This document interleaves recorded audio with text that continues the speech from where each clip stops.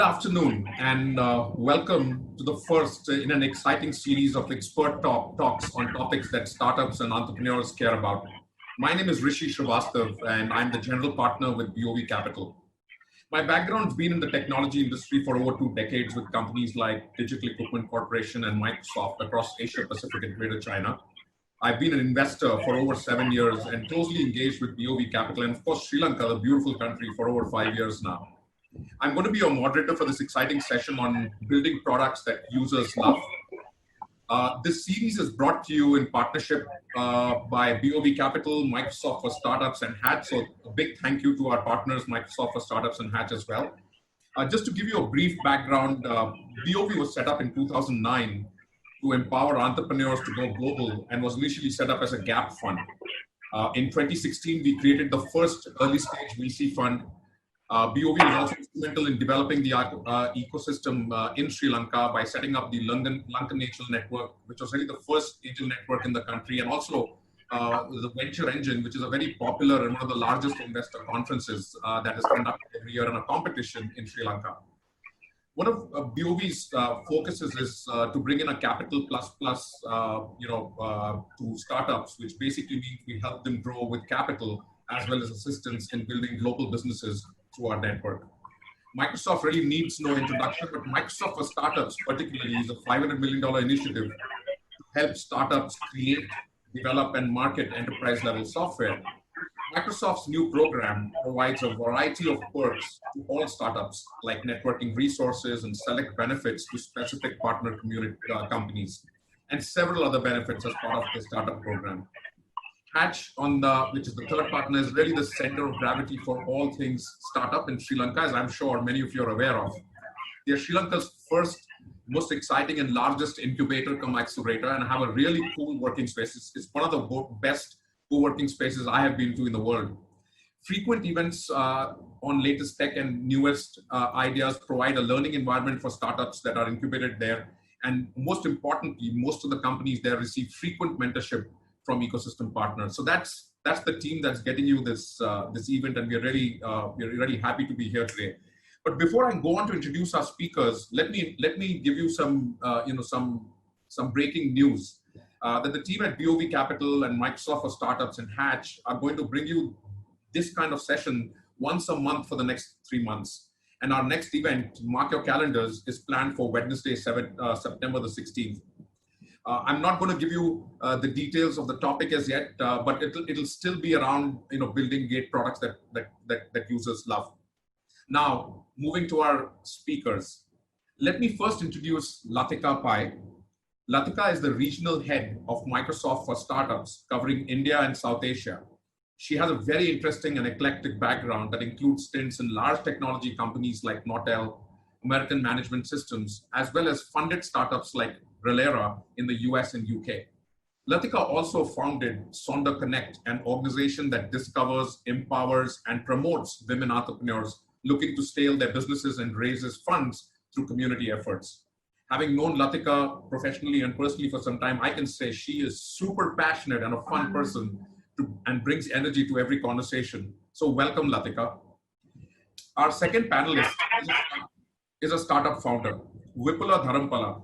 Vipula started his career as an audit trainee in Ernst & Young and then became the CFO of H&B Assurance PLC.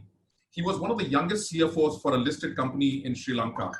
But being the leader of a listed company wasn't perhaps enough for him, and he always had an entrepreneurial spirit somewhere in him that took shape, and he quit his promising career to start InsureMe, the first insurtech platform in Sri Lanka, which we all believe is the real future.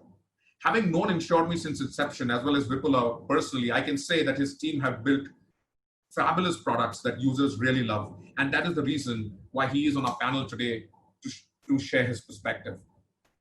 So before I shift gears and start the conversation with our panelists, we thought it might be a good idea to tee off our conversation with a little context setting.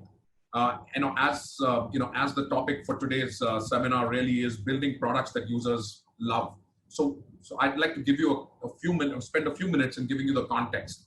So why do startups fail? If you go by recent surveys, it is the failure to develop a product that people really need and love. What most of us don't realize is that creating a product that is loved by everyone is as important as selling it to generate revenues. People will only buy your product if you can make them fall for it, not once, but over and over again. As an entrepreneur, you first need to find an idea that has the potential to become essential for your target audience. It shouldn't just do the right things, but must also make people feel good about themselves. The key to the ultimate success of any business lies in knowing your customer and providing catered solutions that fix their problems. The final product should be a perfect mix of your vision and market demand. Today, consumers are becoming increasingly curious and conscious of their needs, but they are also getting smarter and often evaluate every aspect of purchase before making a final decision. This makes the task even more challenging for startups to build products that users love. So, with that short introduction to the topic, I don't really want to take any more of your time away from our amazing panel and dive right into the discussion. I'm going to start with you, Lathika. Once again, welcome. What does user love really mean to you? And if you could put it relative, to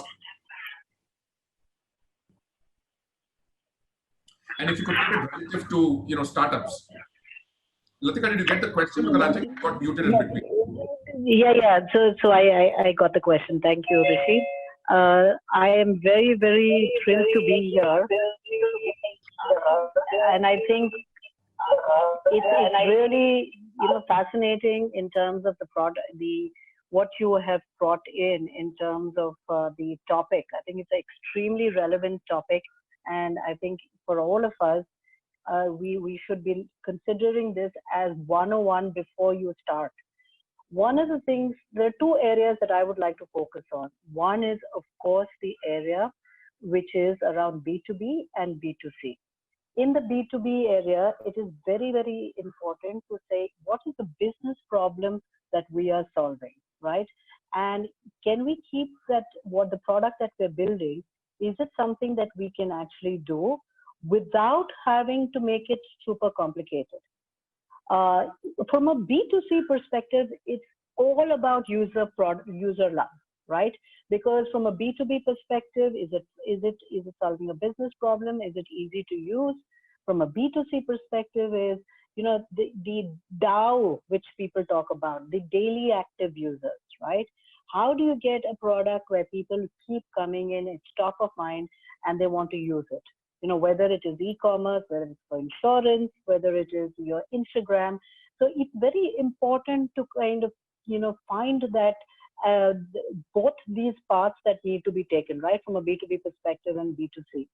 Since it's more, we're talking about user love, let me focus more on the B2C side of things. On the B2C side of things, what is most important is whenever I talk to someone who is creating an app or advising them, I say, keep it simple, right? Keep it simple where ideally my mother who's 85 should be able to use it, like WhatsApp, or a kid who's 3 years old. In fact, actually a 3-year-old kid is very smart these days and they can navigate much faster than even some of us who are used to technology. But the point being is keep it absolutely simple. You should not have to think about how to use it. It should be very, very intuitive. Right, the minute a product has been designed for the user experience to be intuitive, bang on, you've hit gold over there. So that would be my initial thoughts in terms of creating products that user love. One, extremely intuitive, simple, and easy to navigate, that keeps wanting you to come back to that app. Wonderful, and you're absolutely spot on, Lathika. And actually, I think that's a great example you gave about your mother. At 85 being able to use WhatsApp, and I think that's a great example of a product that users love. And you're absolutely right. For an entrepreneur or a startup, it's super important to segment the audience, whether it's B2B or B2C. So thank you for that. I'm going to move on to Vipula and ask him the same question.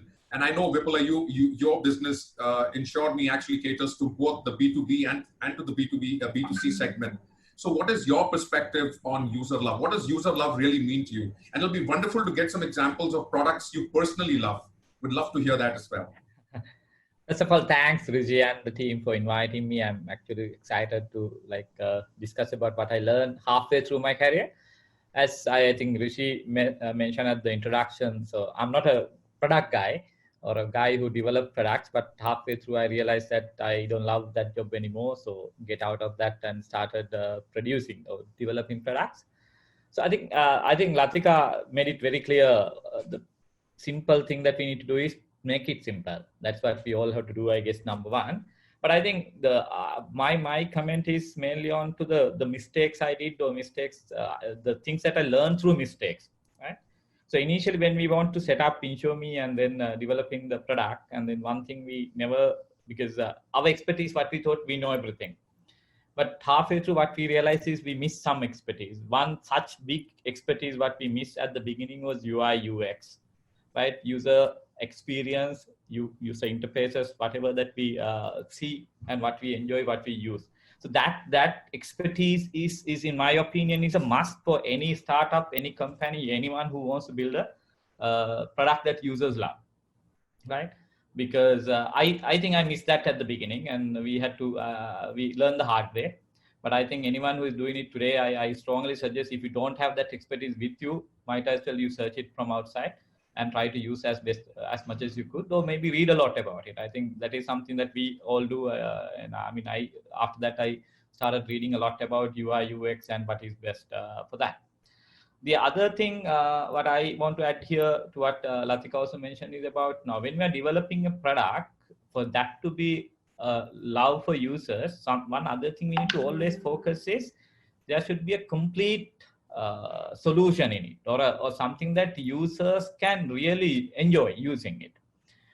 Simple example, but I want to take it, for example, in my business, in insurance. Like, okay, I can be an insurance seller, but what we realize over the period is you can create some easy or some product that users love in selling that, but halfway through, insurance is something that people use when there is an unfortunate incident at a time of a claim, right? So how do I extend my user love to that company or the company who created that product? So then one thing we realize is, okay, we need to extend our service, our product, our offering, to ensure that there is a complete service behind what we develop. So that either you may have the technology product, or maybe you can develop the back-end processes to support what is on and customers are using. So what I want to add at this time is the UI UX expertise, as well as ensure that you have a complete solution when you develop product. So maybe I can start with that. Wonderful. No, you're absolutely, again, right. UI, UX, I have, in the last many years that I've been an investor, I've come across, some fabulous technologies. These are people who are passionate about technology and have built a fabulous product, and only they understand it. They've forgotten the UI, UX experience that the consumer has to use it. And again, I'll go back to Lathika's example, that her mom is able to use WhatsApp. Actually, my mother's 83 as well, and she's never used a computer in her life, but frankly, she took like fish to water when it came to WhatsApp. And I think that's a great example of a great UI, UX. And you're absolutely right. I think, it's super important, not only the functionality, but also the UI, UX and a complete solution. So thanks for that, Vipul. But I'm not going to get Lathika and you get away. You've still got to share with us which are the products that you guys love. So Lathika, I'm going to start with you. Tell us what products you love. So from a product perspective, in terms of every aspect of it, I love the Apple. The Apple iPhone. The iPhone. Now, interestingly, although I haven't changed from an iPhone, for years and years, I still stick to Windows, right? I still to I haven't moved to the Mac for some reason. Again, it is a product that I'm used to, I'm comfortable with. So and today, of course, I work at Microsoft, so there was no question of not shifting over from a Mac book, into the Windows operating system, right? Again, I would say it's just a matter of being extremely comfortable with what I've been doing. I really don't want to use my mind space to what I do on a very frequent basis, right? In terms of navigation, etc. I want to be able to do it literally in my sleep, which I think I do today, right? We all pick up our phone first thing in the morning. Is the last thing you kind of say bye to at night in this tethered world. So definitely, from a product perspective, my favorite is the Apple phones. From a I would say online experience perspective, definitely WhatsApp is fantastic. Zoom, I know, I was listening to Eric Wan, the founder of Zoom, and he said one of the reasons why he started Zoom was he wanted it to be so easy to use, and the whole philosophy about Zoom and how it was built was to deliver happiness. So I found it very interesting when I listened to Eric and what he was talking about. He said, for me, it's all about delivering happiness, and happiness not just to my consumers, but happiness to my employees. So a culture of making people happy. I think that's something that we can extrapolate, right, in terms of any product. Is that product that you have delivered making people happy, making people feel good? And to Vipula mentioned saying that, are you delivering the product that the consumer is looking for? If you're going onto Amazon or to Flipkart, if you're looking to buy a product, and is that entire experience, whether you buy it or decide to come back to buy it, is that experience really very complete? So for me, Amazon, I just love shopping on Amazon. I believe that the overall experience of searching for a product, getting, to know more about the product, making sure that I have the best price points, most importantly, the customer care of, when you have to work. So the 360 of the experience is extremely important, right? So these are certain companies that have really worked on it. Uber, for example, we have no clue who the face of Uber is. You don't even know where the Uber office is in any city you go to. It's all about the online experience. All you want to know is if you have a problem, you write an email, and you were not satisfied by that ride that you had, Uber will come back and will send you a response, and the response times have been pretty good in terms of why they are responding back to you. Of course, in Sri Lanka we have PickMe. I'm very fond of PickMe as as a startup, and in terms of the founders, Zulfar and what he has built and the team has built. A great product. I think they have managed to ensure that they've taken local nuances into play. Uber is a global product with not necessarily local nuances. I know the PickMe product has the local nuances, and I know they're constantly looking at how they can deliver, utmost satisfaction, not just to their employees. I think it's also, and to the customers, right? So all of this comes into the overall feel good about the product, right? Today, more and more, I think consumers are being very, very discerning. They want to know that, is this a company? What is the culture of the company? It's not just my satisfaction. Are the employees satisfied? Are they treating, for example, I know for PickMe, there's a very large social cause in terms of making sure their ability to give people employment. That is huge, because that again causes an overall, customer satisfaction. It's not just about my ride, while the driver is not being paid properly or not being paid on time. I think knowing that they're being taken well care of, that's something that is also, to me personally, adds to my love of the product that I'm using. Great.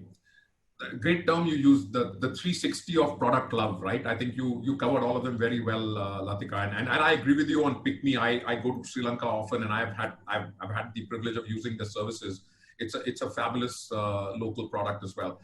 So Vipula, let me ask you the same question. So what are your favorite products and why? And I think Lathika very clearly was very clear. She looks at the 360-degree engagement and experience. What about you? I think there's nothing much I could add. I think she mentioned all the products I love as well. Apple is, of course, one of the best products I have been using. I love that. One other thing, I think just want to compare, I think, the product differences. Right? Now, Uber is something that we all use. And then in Malaysia, I started use because Uber was sold to Grab here. right?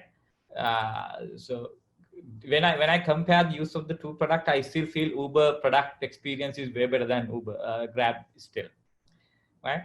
So like with that, so Uber, Grab, so that's taxis, and in Sri Lanka, of course, Pick Me we use.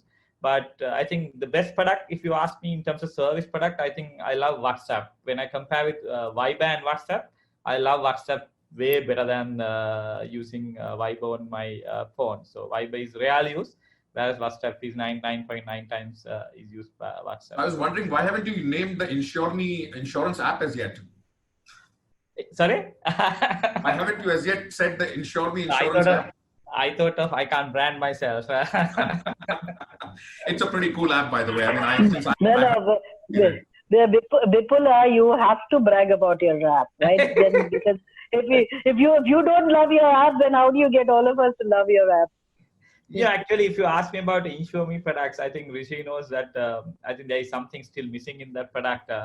We created the product for insurance per day, motor insurance, that if any customer naturally has to buy an annual insurance policy per motor. So one thing we thought is that we were very passionate about creating a daily motor insurance product. So we built the product, and we got some support from insurance companies in Sri Lanka, and the product is online. We see some sales, but it's still, it doesn't mean that it doesn't see that users love that much, because I don't see that much of transaction coming up in terms of commercial side. But if you ask me the best product I built, I think I love per day motor insurance product in my my portfolio. And it was what, the world's second such product, right? Per day insurance. There was one in India. At least Asia's first for the for the record. Yeah. Great. So I'm going to shift gears here, guys. So good. So we've spoken a little bit about what is user love really mean. So then we come to a very important question, especially for startups and entrepreneurs who've got product ideas. So Lathika, tell us, how does a founder think about building user love? You have a lot of experience. You run smaller companies, you run startups, you work for large companies. So it'd be great to get your viewpoints on how does one create user love? How should a founder think about creating user love? See, I think user love comes second in my mind, right? First is that, are you creating a product that you may think that is the greatest problem that you're solving in your head? And your 4 or 5 friends from college who typically get together, they also feel, yeah, this is a great product, that we're going to build and so on. But the reality is, after those 5 friends of yours, right, are there people who are really, do they also have the problem? So what happens is that the first and most important thing is understand whether you really have a customer base. The biggest mistake that many startup founders do is, a bunch of people, their college mates get together, go have a drink, come back and say, let's go build this product, right?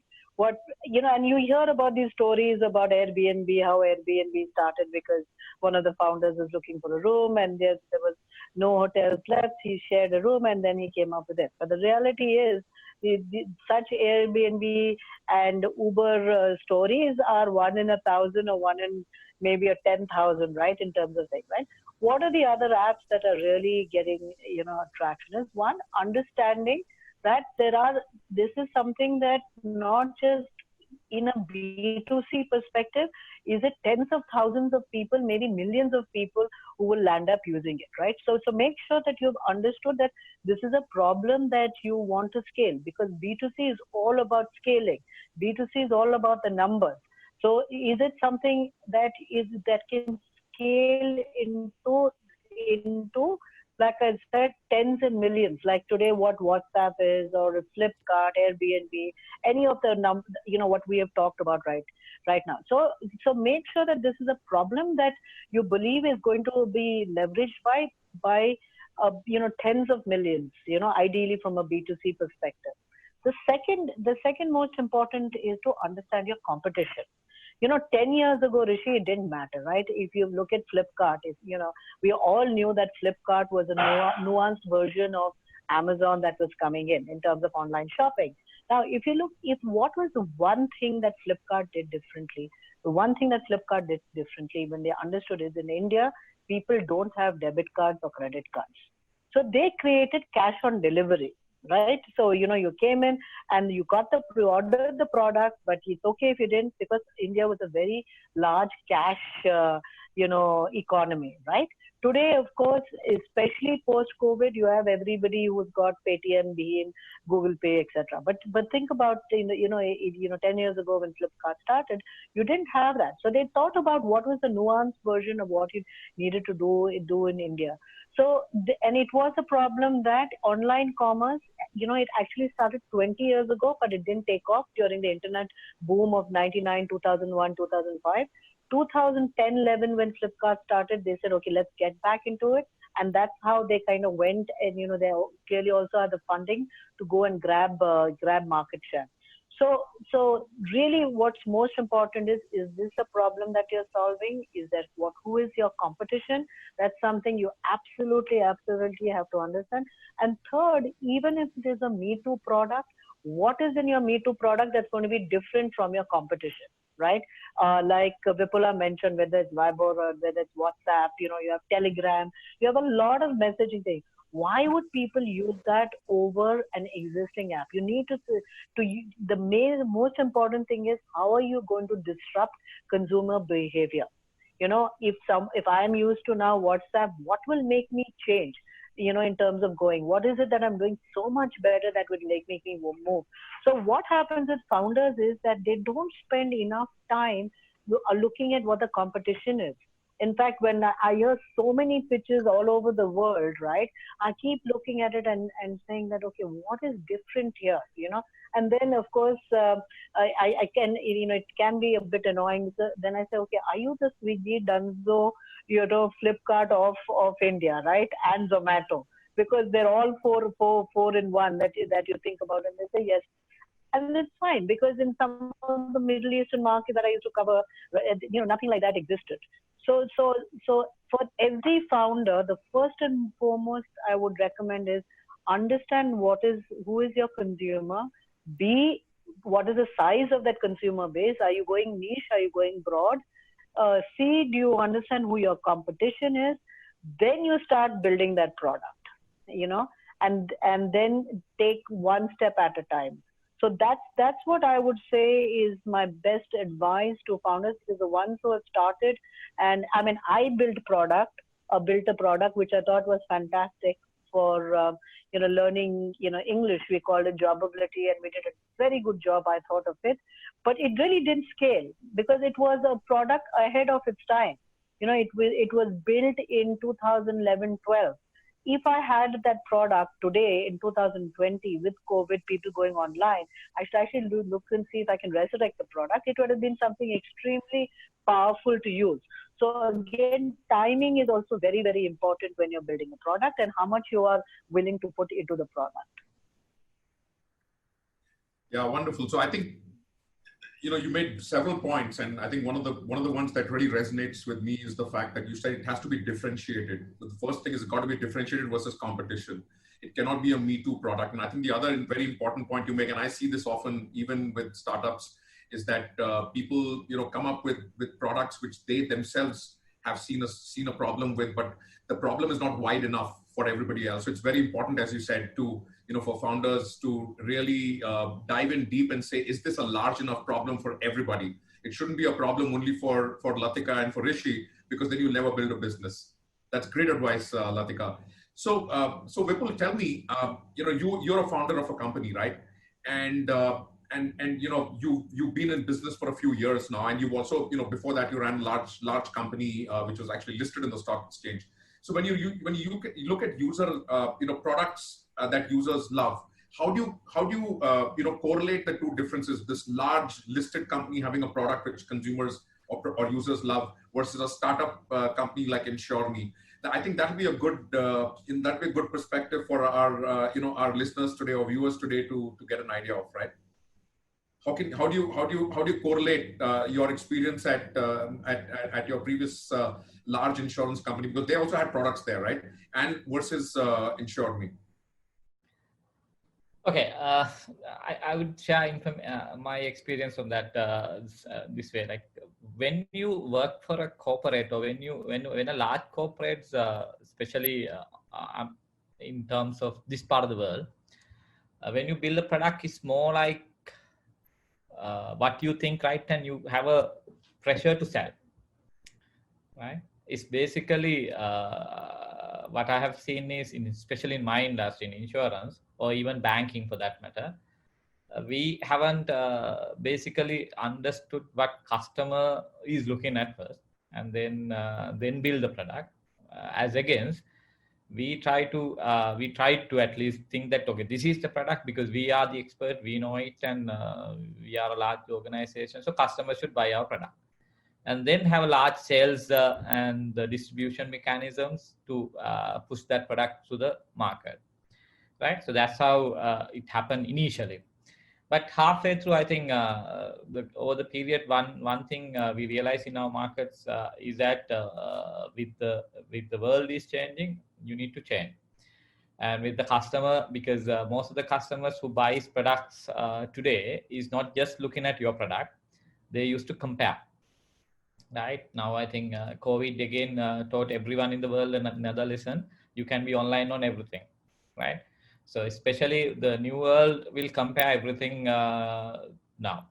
So the startup, when we look at InsureMe or a company like who is building a product as a startup or a new company, I think we should not take a baggage from the learning from what other organizations have done or corporates are doing, or whether it is the popular product in the past, right? Because that may be the past, right? Because I don't think, especially if you ask me about Sri Lankan context, most of the corporates, I always tell that haven't done anything to change Sri Lanka, right? I'm very, unhappy about it. But the reality is that most corporates do traditional income earning methods. They do know that what they have been doing for last so many years, and they continue. Whereas it's an opportunity for all of us today. If you're looking at because all those corporates are now thinking about how to change and how should they develop new products, new customer bases, new customer segments. So that is an in a way opportunity for all of us to think about how we can, like, I think in a way, I think what I think most of the people are talking about issues like this, or maybe recessions. Create opportunity for reinventions, right? I think in a way we are at a time like that today, right? And I think there has been a recession, or economy-wise as well as social-wise, and people are looking at differently. And then with that, the reinvention is what I believe is something that we all need to relook at today and look at today. And then I think as corporates are struggling to survive, might as well product companies like us or any other company who has an idea, who has an interest to develop, may be a good time to do that. To answer your question directly, Rishi, about comparing the corporates and how startups should work, I think you should not, I think in a way, in Sri Lankan context, do not copy the corporates. You take it from your own and maybe copy other parts of the world, maybe what is happening in outside Sri Lanka, or maybe outside our market, and focus on your product is what I would advise anybody who would like to develop a product today. Good advice. Yeah. I think the value that startups bring, and history is showing us, right? If you look at some of the leading tech companies, they're actually startups 5, 7, 10 years back, and they disrupted, and they actually went against the entire vein of all the large tech companies before that, right? So I think your advice is very valid that, if you're a startup and you're building a new product, don't necessarily look at everything that a large company has achieved, because that may not be the best way to go for it. And I think that's great advice. I think that's valuable advice. So shifting gears, since we're talking of users and we're talking of products, one thing that as an investor that actually we look for very clearly is, okay, how do we measure user love? And this is an interesting thing. At times, I've sat through presentations, Lathika, where I can see the founder, I can see the love in the founder's eye, the passion and the love in the founder's eye, and he or she can speak till the cows come home about their product, and it's very impressive. But the moment we ask them, but can you explain to us, what does it take to really tell us that this is really connecting with the people? How do you measure it? I think I found a lot of people coming short on that. So what would your advice be for founders in terms of measuring user love for products? So, I want to first go back to what Vipula was saying, right? In terms of uh, taking pointers from corporates and looking at how you can leverage what they have done. So, my favorite saying is it's no longer the big eating the small, it's the fast eating the slow. You know, so if you look at the way, in 5 years, what a bank has probably taken like maybe 50 years to build in terms of a reputation. All of the neo banking platforms that are coming up could actually wipe banks out, right? And the speed at which they are adopting to digital transformation is way too slow. So that's something that I completely agree with Vipula, that you should not be really looking at corporates in terms of direction. You have to look at startups for directions. Look at these unicorns that are coming out, billion-dollar valuation companies in just 7 years. That's really what the average time, to build a unicorn in India has taken, right? I mean, I'm not saying that everybody's going to land up becoming a unicorn, but if you look at, in the same time frame in terms of what your brick and mortar companies have done, the old-fashioned businesses, they've taken a very long time in terms of coming out with products. The second part is that the whole building of a product, right? You can't take the 9 months to market, to create the product and then figure out if it's the right product. I think this is something I'd like to tell all founders, Rishi, before I come back to your point, is that, the MVP, which is the minimum viable, typically it's the product, it's actually the minimum viable prototype.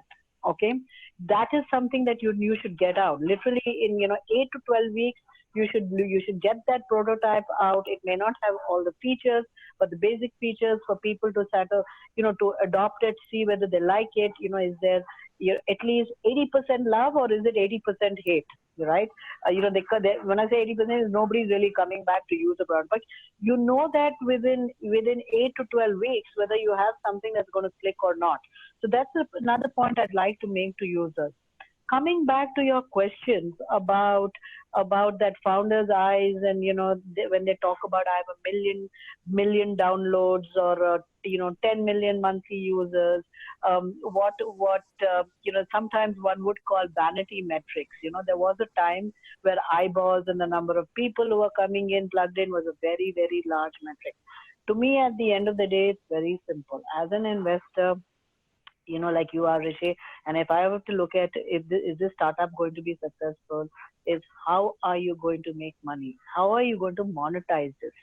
I don't care at the end of the day if you have 1 million users, if only 10,000 of them are relevant, right?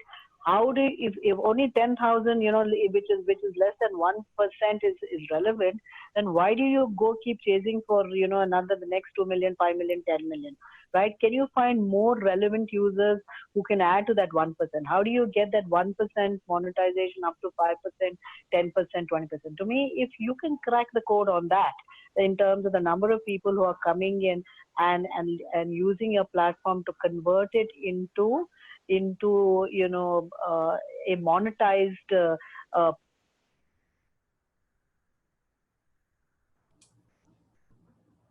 platform, that's really important. I was on again at India Internet for content players who were talking about monetizing, and there's this discussion around vanity metrics, etc. So today, I think that is really what everybody's pushing for, which is interestingly, positive unit economics. How are the users on your platform actually creating money, or are you just spending money on customer acquisition and then they all, they get bored and they move away, which means you've actually lost and burnt a lot of money acquiring users. So that's something I've always traditionally believed in, which is the fact that if I have users on my platform, how many of them are going to pay for it, even whether it's a B2B or a B2C, right? These free POCs are great only to a certain extent. But if at the end of the day, if a bank refuses to pay you and is expecting you to be in free POC, this is for a B2B, that means the bank really doesn't need your product, right? So I urge every founder to say whatever you are providing, whether it's an e-commerce product, whether it's a B2B product, who is going to pay and how quickly can you get them to pay. If you can crack that code, and you know that, it's better than having millions and tens of millions of people on your platform. Wonderful. So, I think basically what he's saying is that unless it makes money, it's not a business. If it's not a business, your product won't survive, right? So your consumers can have all the love, but if it doesn't really make money, it's not. It doesn't make sense for you as a startup founder or as an entrepreneur. Especially in our parts of the world, Rishi, where we don't have the tons and tons of money that is there, in Silicon Valley or in China, right? In Silicon Valley, when they're so advanced in their thought process, they don't care if they've lost, $50 million, $100 million, right? They want you to innovate and create the next Airbnb or the Ubers of the world. But in Sri Lanka and even in India, you don't have that tens of millions of dollars to chase for customer acquisition anymore. So that's when you have to really, really, as a founder, make sure that you're not running out of money because you're just hell-bent on customer acquisition versus monetization, right? So you've got to figure out when can you actually monetize, and when can you stop bleeding money. That's when if you can get that mantra kind of right, then you're in good shape. That's when even investors. So ideally, if you raise money, it should be for growth, not for the initial disrupting of consumer behavior, where you're seeing that people are willing to pay for your product, whether it's a subscription or whether they're actually coming and buying and selling on your product, on your platform. So these are things that you need to take a few steps backwards when you're in today's climate, I would say. Great points. I think, but the good news is, and I think you know this because you've been to Sri Lanka and you're involved deeply there, is one of the things that really heartens me about Sri Lankan startups is that I think by virtue of the fact that, there hasn't been so much capital there, I feel that a lot of the startups and founders in Sri Lanka are a lot more frugal and a lot more focused towards economics than I've seen in South Asia, also in India for that matter. So I think that's great advice for people in Sri Lanka.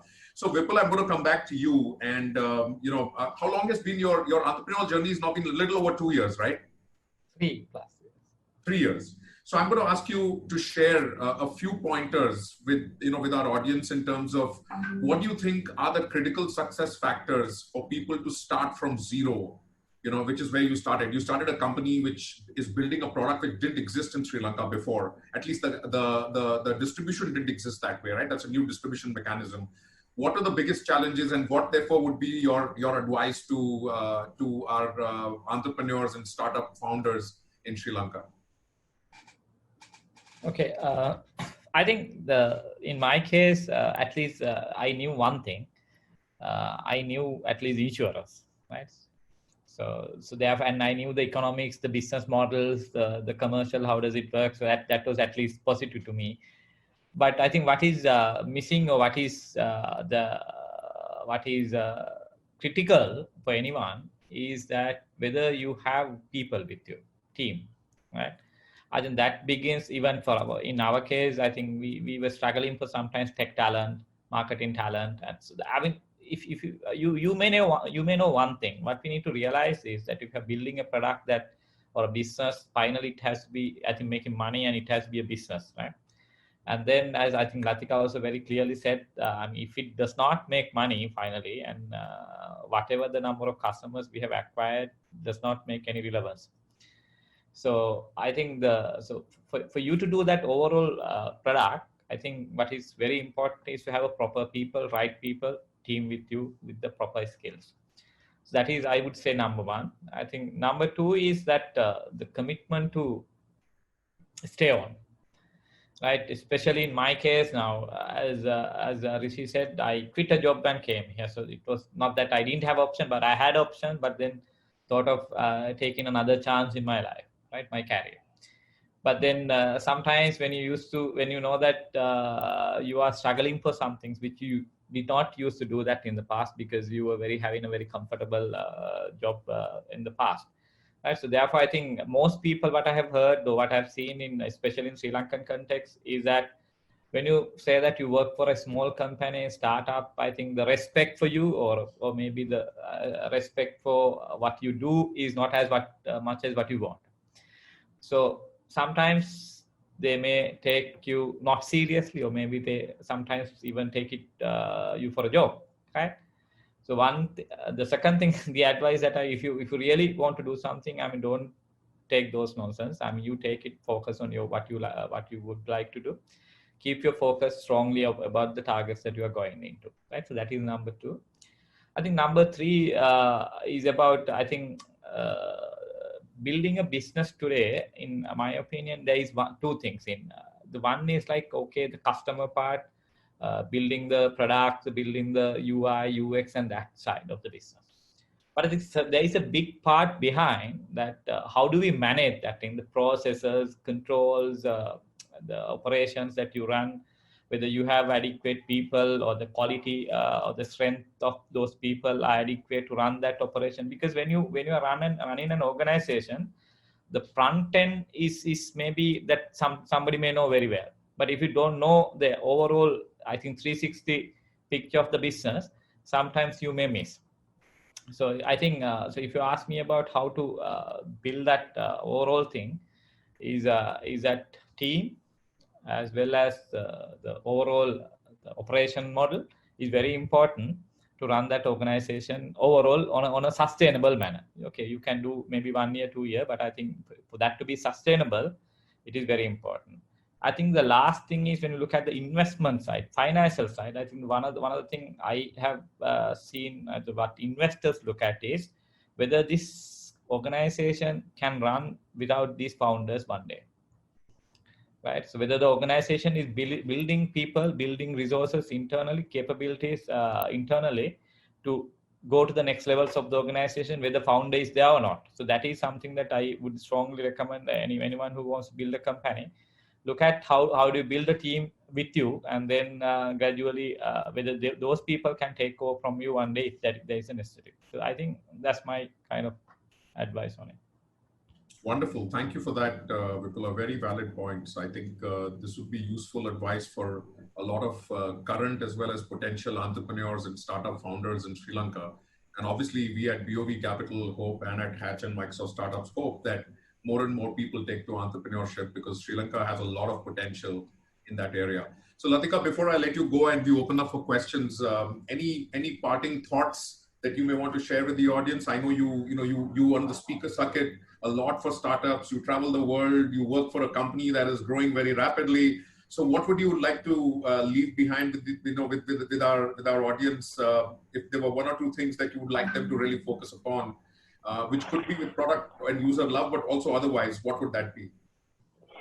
So first and foremost, I must admit that I'm very, very impressed with Sri Lanka and the Sri Lankan, I would say, startup founders. Right? I've spent time now with them, and I think there is a huge untapped potential within Sri Lanka. Right? And the Sri Lankan founders in terms of what they're building.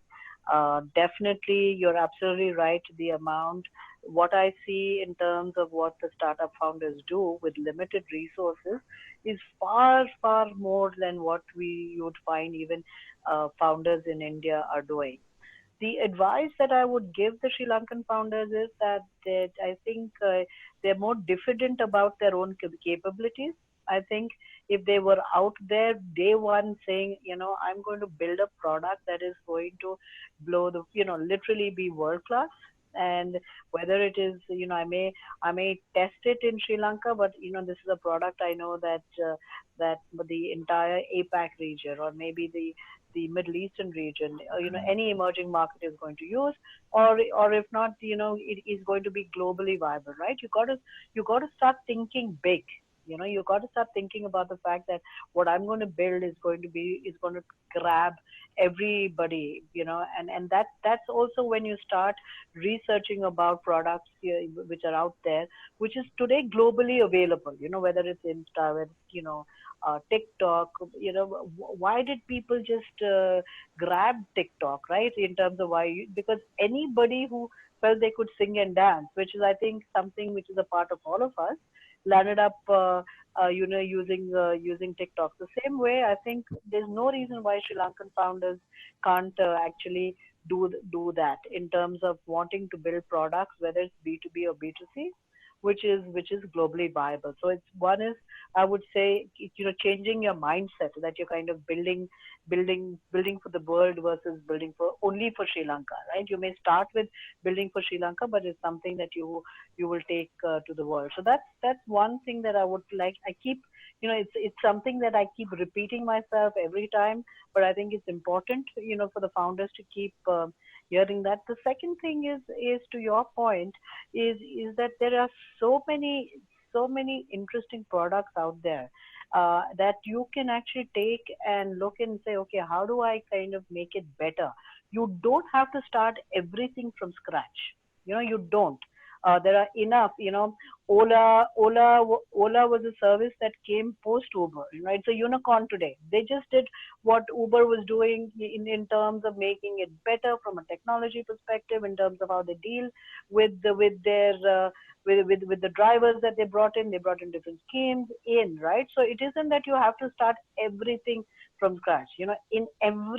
In every product there is competition. So it doesn't mean that the only time you're going to survive is if you come up with something brand new that nobody else in the entire world has thought of. I think that's something that, again, you shouldn't feel too bad about saying that, let me see. But within that, you should, like, Vipula was talking. He talked about the fact that even in selling insurance online, he created an option for daily insurance, that was unique, that was novel, and that was something that was very, very, people grabbed onto, in this side of the world, right? So that's what I would encourage, saying that look at a product, what is that nuance that you believe doesn't exist for your market? Go after it, check and see whether your market is big enough, or see whether, even if it is not Sri Lanka, is it neighboring countries where it's big enough? I think that's the research. I find that founders today don't spend enough time researching what's out there, right? They also don't spend. I work with a lot of millennials. My entire team is millennials, right? And recently I was asked to come in and speak at a very large, one of the world's top 10 banks, and meet with their leadership team. And I walked in there and they said, how do we change and how do we create products that people love? So I looked at them, and this is a very similar, conversation. I said, first and foremost, look at the room. It's filled with all old people like me, right? So of course I could get away saying that, but you all are building products for the millennials. Why doesn't this room have millennials in them? Because they should be the ones who are talking to you, whether they like the product or not. To me, the millennials come with a phenomenal view of technology that even me, my entire career has been spent in technology, right? I started, I have a bachelor's in engineering, I have a master's in telecom, I've built customer care billing systems for telcos around the world, I've had my own startup, but I still feel that I'm a technology dinosaur. I don't know as much as the 18-year-old kids who are just going into college or who've just graduated. So anytime I need advice, I go to my team. The young team is the one who will tell me about 10 different products I never knew existed, right? So that's something that I think that even as founders, if you're building teams, have a team with youngsters in, kids fresh out of college, because they are the best ones to tell you what are the products that are going to be loved by them. Again, do not assume only on the B2C side, even on the B2B side. They are the new workforce who's coming into they're the new employees coming into the workforce. Their ability to adopt and, your technology is going to be extremely relevant. So that would really be my, inputs and advice to founders when they're coming in, is to have a diverse team. All male teams clearly doesn't work well, because again, having a team filled with both from a gender perspective makes a big difference to the product that you're developing. So diversity in thought, diversity in terms of teams, diversity in terms of backgrounds is going to be a very key part of building a world-class product. Wonderful, Lathika. I couldn't agree with you more. You're absolutely right. these days, I think the advice that you gave is, so the first advice I think you gave is think big. Sri Lanka is a small country, a very beautiful small country, but think big. Just because you're in Sri Lanka doesn't mean that you can't sell to the region and to the world. Completely agree with you. And actually at BOVCapital, we have a couple of companies that have that ambition. I think the second thing that you said, which is again, I think very useful, I'm just summarizing towards the end of our conversation, is about, building diversity. And diversity does not only mean male, female. Diversity also means experiences. Do you have younger people in your company? Do you have people who really understand the new technologies, who could be users themselves? I think that's, again, very good, very, very good advice, for startups. So, I believe, I was just looking at our panel here. I have a little panel which tells me if there are any questions from the audience. This is the last time, guys. People in the audience, if you have any questions, you can actually put them on the chat and we'll get to see it here and we can try and answer maybe one, because we're only 5 minutes away from, from the session. But while you think about that, I just want to go back and, summarize. So we've really had a great discussion. I've really enjoyed this. Lathika and Vipula, thank you so much for, sharing your perspective on this. Because, when we sit for pitches, for example, any pitch that I sit for, the first thing, I look for is, show me the love for your product from your users, whether it's a B2B or a B2C customer. And I think we covered a lot of ground today.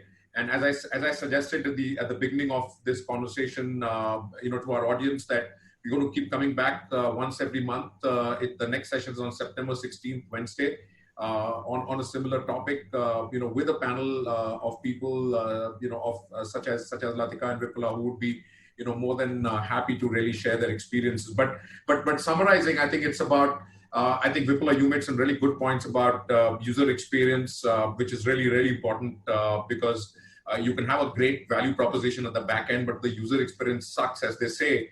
You won't get enough users to use it, and the product will go waste. I think you also shared some really good insights on how to think about building a product, not to go by the legacy of large corporations, but also look at start afresh. Think, and I think Lathika put it very appropriately towards the end. Think big, think regional. So with that, I am just looking at my panel to see if there's any questions. I'll pause for a few minutes. It says. Okay, I don't think there are any more questions there. So, with that, thank you very much, Lathika, for your time, and Vipula for your time. I'd also like to thank, of course, BOVCapital, Microsoft for Startups, and Hatch for bringing this, this series of talks and together. I would really urge the audience to send in your feedback, please. We'd love to hear from you. We'd want to know what worked in this conversation and what could we make better, because as we said, we're going to come back to you in a rhythm of once a month. With that, thank you very much, and signing off from here. Thanks, guys.